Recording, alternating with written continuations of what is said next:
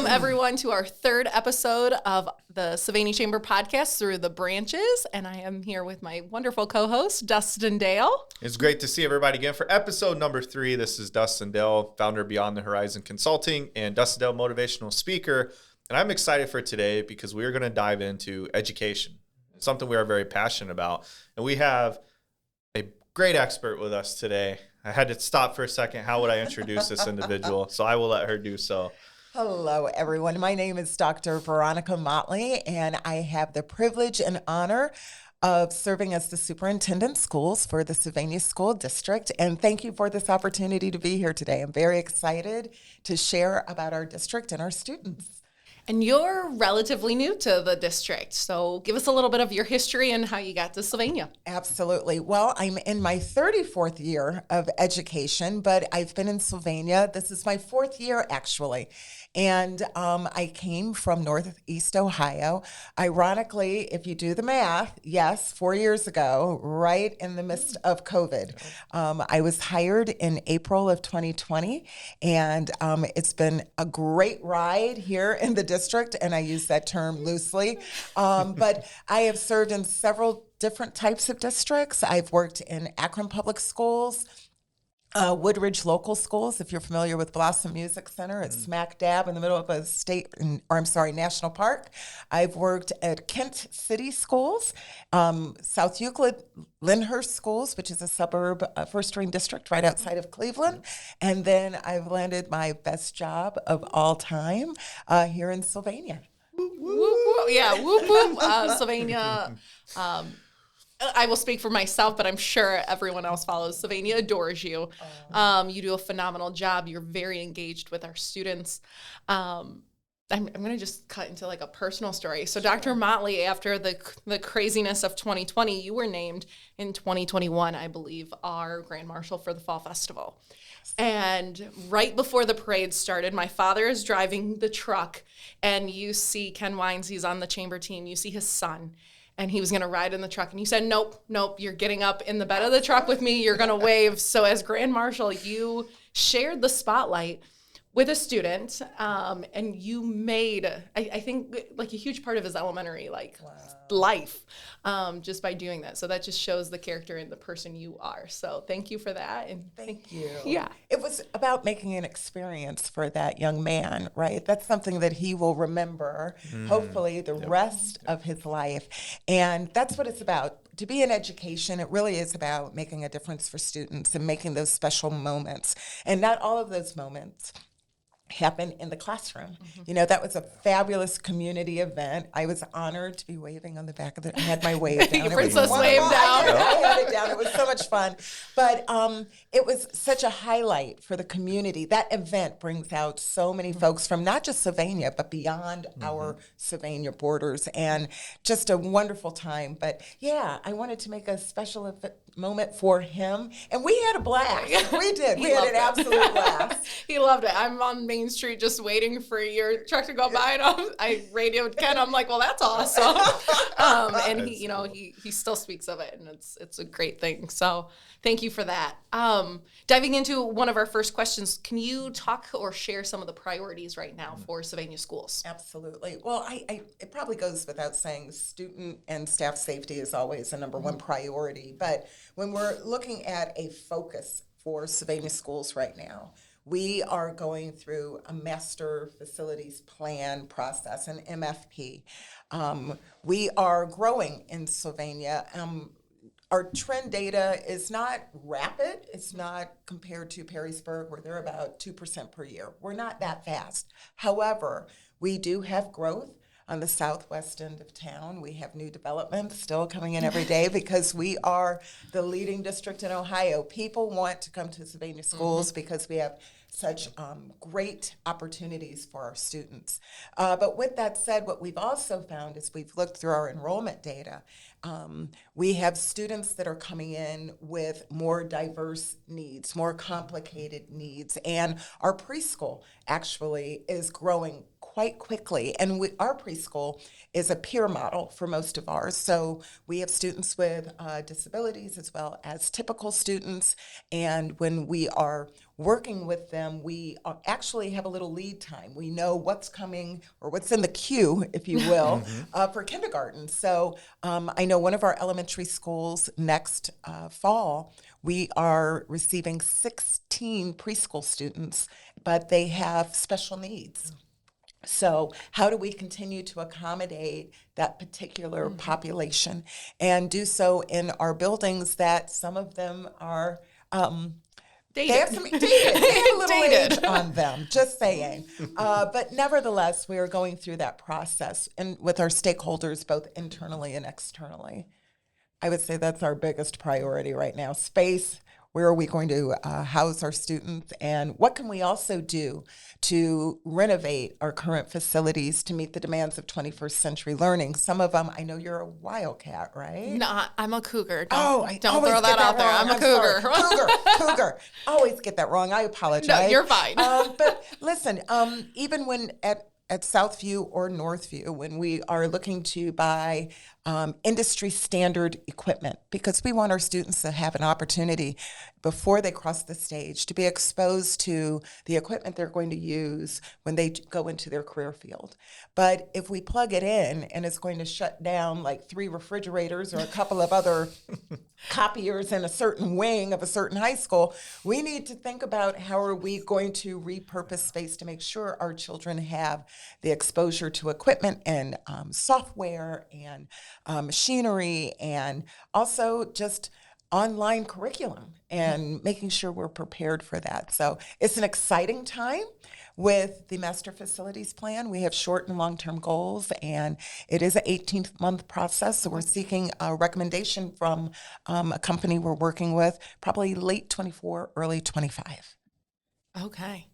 So much in the That's a pipeline. No, it's just so much. And, that's just preparing our students that are probably middle school, elementary school right now of what they're anticipated to utilize. And, technology is rapidly changing, so I can't imagine Absolutely. Where it's going to go. And you have a huge committee for this, correct? We do. There's a large, it's not just Sylvania Schools individuals on this committee, correct? That's correct. Well, we wanted to have a combination of internal and external stakeholders. So we do have educators involved. In fact, this afternoon, right after I leave this podcast, I'm going to go to Southview and meet with some students and gather their input about what they think about our facilities. What would they like to see? One of the things we hear is about from students particularly is flexible learning spaces and also areas where they can charge their devices and making our cafeterias more of a Panera style. Like they want to sit and collaborate. Yep. They want to share ideas. They want to work on projects together. They want to have a space to do that, but also plug in at the same time. So, or castify something on a board where they can all work on it together and see each other's work. So we're incorporating student voice. Also, we have a number of folks that are in the business industry on our committee because we want our students to walk across the stage and we want them to choose a career path and we want them to stay in Sylvania. And as Tiffany can attest, one of the greatest values, one of the greatest compliments the community can have is to have a high school graduate go either to school or go away to school or go away into the military or a career field, but choose to come back to their home district. And we are so fortunate, and it resonates so loudly, honestly. Sometimes 4th generation students that are in our buildings. So that says something. So we want to continue that tradition of excellence, and we want to continue to prepare our children for the careers that they would like to explore and try out, and then bring their skill set right back to Sylvania. I love it. I think it's like a boomerang effect. I've interviewed some individuals and they're like, no, I'm ready to come home.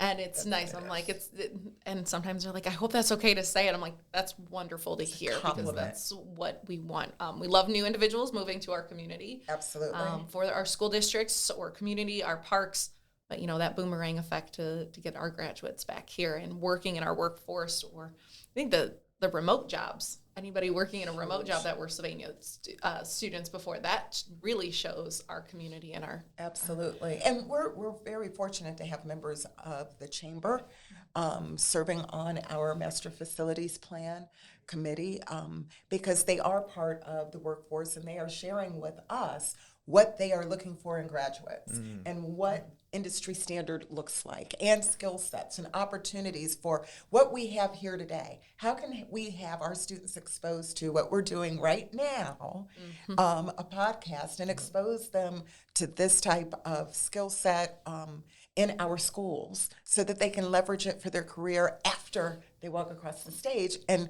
maybe come work for the chamber. Maybe I'll have my team, a huge team by then, and I'll have like 40 people. That's and right. Dustin's telling me 50. Now I have a bigger goal. I think that's huge, though. I won't name the universities that I work with from a consulting standpoint, but I will say when I talk with these universities around the country, not just locally here, one of the things we're diving into is there's a difference now between what do students need to learn and what do they need to know. Yes. And it's a big gap. And so as you were talking about growing up, I mean, I can show my age a little bit. In the 90s, we were all taught what we needed to learn. Well, I'll be honest, in consulting, I haven't applied trigonometry yet to any of my consultants as doing whatever it is we're doing. So I love that you guys are focused on more of that. We're going to learn the things we need to learn, but more importantly in life, it's what you need to know that carries you far. So how do you take that leadership? Because I equate you to a CEO. You're a CEO of all of these people looking up to you. How do you take that vision and inner purpose of, hey, we need to teach these students what they need to know? And then how do you cascade that down to all of your members so everybody's on the same vision, but maybe different perspectives? Well, I think I appreciate the CEO reference. I think I'm the Start only calling you CEO, Madam I like CEO. It, right? CEO. The only CEO, by the way, that calls a snow day. That's it. For the record. No other CEO has to call I a go snow off of day. your recommendations. That's right. But it's about vision. It really is about vision and mission. And when I meet with our team, albeit our Board of Education members, our cabinet, our administrators or teachers, our key communicators or key ambassadors in the district, I talk about vision and I talk about what their needs are, even now as they are looking for employees, 21st century skills. They look different than what they did long ago and far away. For the person that's the oldest individual in the room right now. But how do we continue to push the envelope? And how do we push beyond the status quo? The one thing about the field of education, and this isn't anything about Sylvania Schools, this is about the field of education. We are sometimes anchored by our own practice. We do what we've always done. There's a comfort in that. But what I have found in probably the last decade, to disrupt that comfort. Ooh, speaking to my heart. I love it. Disrupt. Disrupt. But it's a positive disruption. Yes. It's not to cause chaos. It's not just to change for the purpose of change, but it is about evolving. And that's a message that I try to send for those folks that I work with, albeit in Sylvania, albeit with my women in leadership opportunities that I collaborate with, if it's BASA, which is our Superintendents Association. It's about evolving and pushing the status quo. And if I, as a leader, am not doing that, then I am negligent in my responsibilities because I am charged to make the pathway better for our students. Those who are coming, we just welcomed in the class of 2037. Those are our kindergartners. Wow. 2037. Whew. Everybody take a sip. Let me take a moment real quick. Yeah, we're going to take a break, a commercial break. Makes my palms sweat. Yes. Anyway, but truly, even thinking about what those kindergartners coming in this coming August, what is life going to look like? I mean, Chromebooks are fantastic, but I'm sure they'll have some other device by the time those students. You mean it'll look like the Jetsons? We'll have flying cars. Pretty much. We're almost there. It's flying amazing buses the to 80s. pick up. Yes. Absolutely. It's amazing what the they 80s say, pictured it. It is. The future is now. Yes, I love that. Future Very is cool. now. So, Dr. Motley, well-being of students and the staff. That is a great question, and I appreciate the chance to share about our district. Since COVID, we've seen an increase in how we have to go about meeting these social emotional needs. And I shouldn't say, let me rephrase that. We've seen an increase in this area to support our students. Anxiety is on the rise, student anxiety, and also for staff. It really has just changed the fabric of what students bring into the classrooms each and every day. And what we realize as a school community, that we needed to diversify the services and the supports that we provide students. It's been tough. It's been a challenge. So much that we have made it part of our strategic plan to really focus on the social, emotional, and well-being of our students. And again, that includes staff, because they're coupled together. We rely heavily on our staff. We know that's where the magic happens, is in the classroom each and every day. So we have actually branched out and working with partners throughout our community to provide support services. For example, we have a relationship with Tackle. They have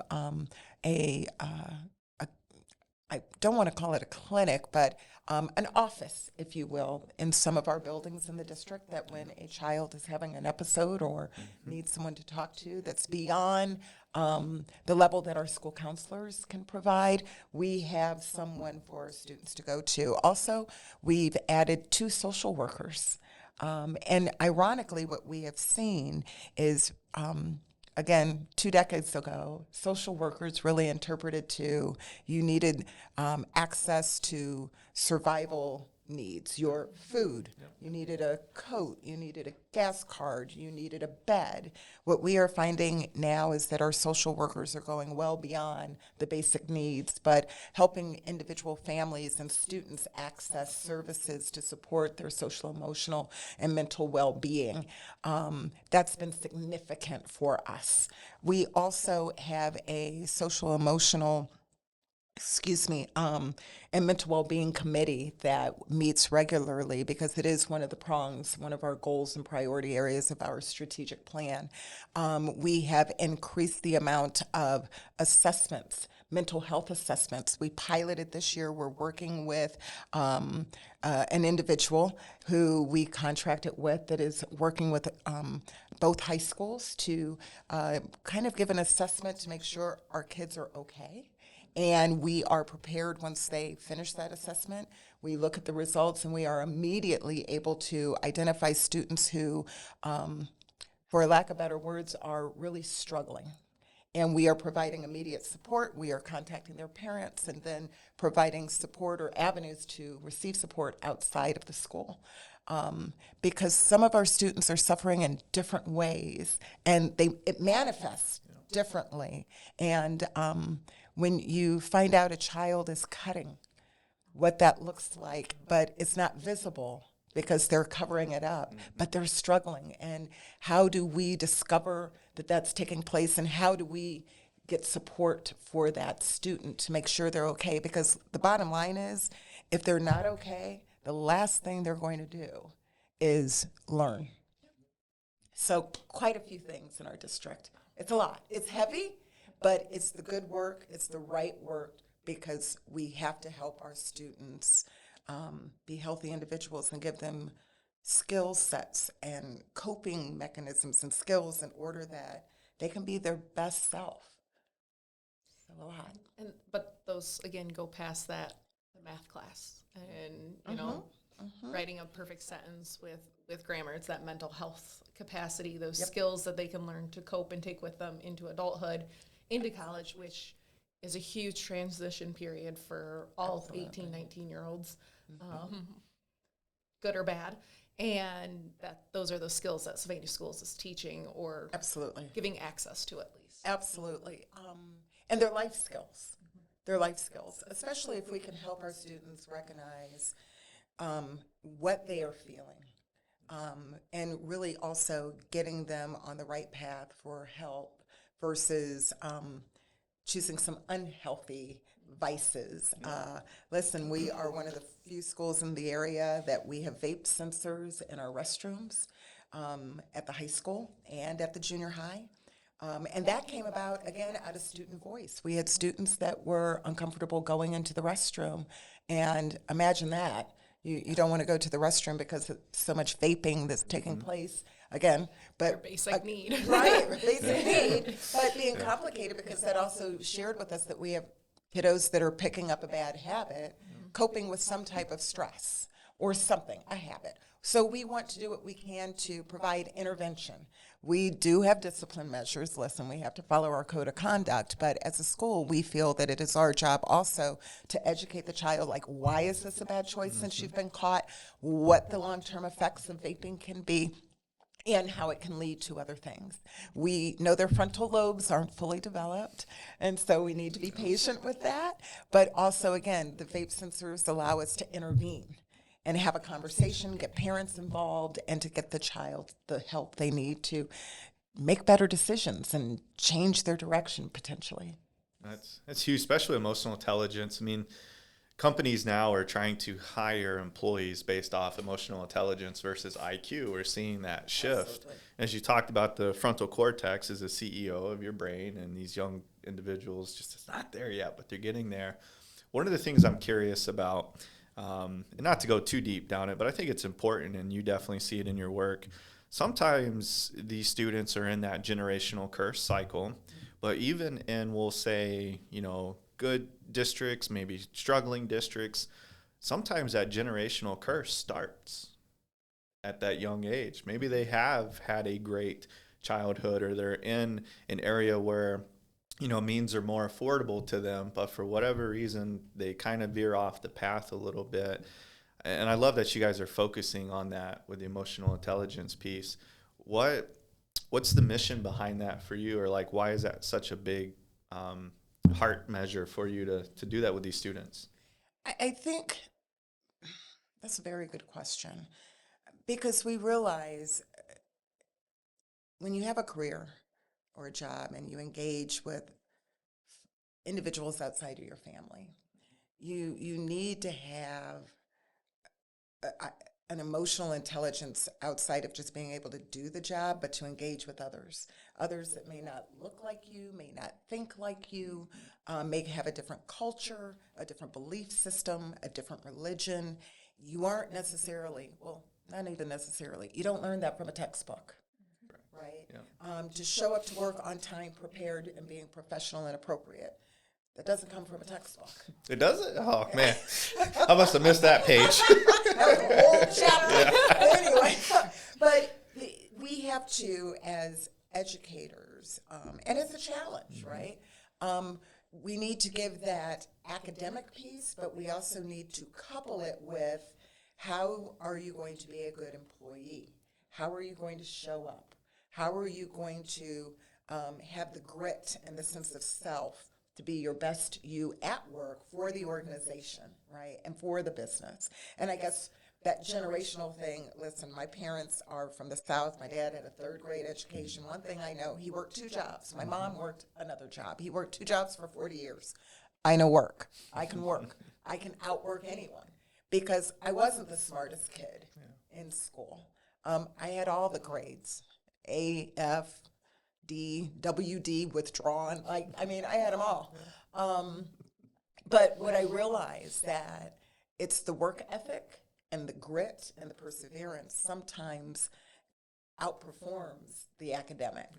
So we want to make sure our children understand that, yes, you can have all the book knowledge. You can be magna cum laude, but also, do you have the engagement skills, the professionalism, and really just the good, strong character to have a sense of self and know you have to engage with others.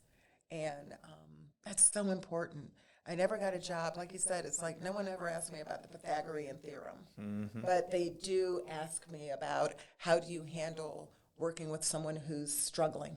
How are you going to approach them? How are you going to support them? It's so important these days. I think it's always been, but even more so now. I was just talking to a college educator, and they pointed out employers during like the co-op period of education that they see the hardest part is when they have to give feedback to a person who's only had A's. And they're top notch because they don't know how to handle feedback. They don't know how to handle making a mistake. So true. And they think they're failing, and it could be something simple. So it's that emotional intelligence of, in the grit. I know a lot of people who, GPA doesn't matter. I remember saying final year of school, C's get degrees. Like it didn't matter. Like I had to get through it. Yes. And those were skills, but learning how to shake someone's hand and speak, be interrupted, and continue a conversation. I'm going to tie into something that I don't know how much you were involved with it, but with Susie from the Amazing Shake. Those students in that program, I was privileged to be a part of it, and I was partnered with Judge Bonfiglio, and we walked away, and I'm like, I'd hire half these kids. Like, they're 7th graders, and phenomenal. So can you share a little bit more about the Amazing Shake and what that program Absolutely, is? and I cannot take credit for it. That is strictly our building principal, Susie Felver's, brainstorm, and she's pulled it together with her team. It's an opportunity for our students to participate in a competition, basically on a skill set, what we used to call as soft skills, but quite frankly anymore, I think they're fundamental. I don't think they're soft skills anymore because they are lacking in some areas of generations, but they go through different stations. They interview with folks from our community, business owners who volunteer to either interview them, or for me, they had to address an envelope. That was interesting. Fold a shirt, or pick out what would be appropriate to wear to an interview. Very cool. Just different, how would you pay a bill or balance a checkbook or credit cards? What does that look like? But going through all those life skills to a degree, but also at the same time doing it in a way that's poised and professional. And then they're measured on, they get a score based on that. And they also have some other aspects of the competition as well. But I think that community day where we have folks across the community who are engaged with our students, I've heard the same feedback. In some instances, I want to can I take them? It's like, can we, here's an application for you. How old, 7? That's okay. We'll work past that. Right, is it child labor? That's not a thing. But no, it's great for our community members to engage with our students and see what's in the pipeline and what's coming. Because sometimes our students, just in education generally, they get a bad rap. They're known as the, they're playing video games, they're always on the screen, they're on their phones, they don't go outside. I believe that event and knowing what it does gives hope to the folks that are in the community that, listen, we got this, and we have great students. And you touched on those skills that they learn. They're fundamental. There was a student, actually asked Susie about it later, phenomenal. Like, they had to talk to me while ordering a drink. He allowed me to order my drink first, knew that was polite to have the woman order first, and could hold a conversation, was very engaging. And I said, that student is a 10 out of 10. Phenomenal. And she came up, she said, I'm going to introduce you to his teacher. He's in the special education courses. And he struggles reading and writing, but social skills. So he could shine with me at the table. And Judge and I were sitting there and shaking our head like, this is the skill set that the kids need to learn. You're not going to be great at everything, but figure out what you're good in, and you can be successful in a lot of different areas. Absolutely. So kudos to Susie and the Sylvania School District for bringing that program to our students. Dr. Motley, what does leadership mean to you? Wow.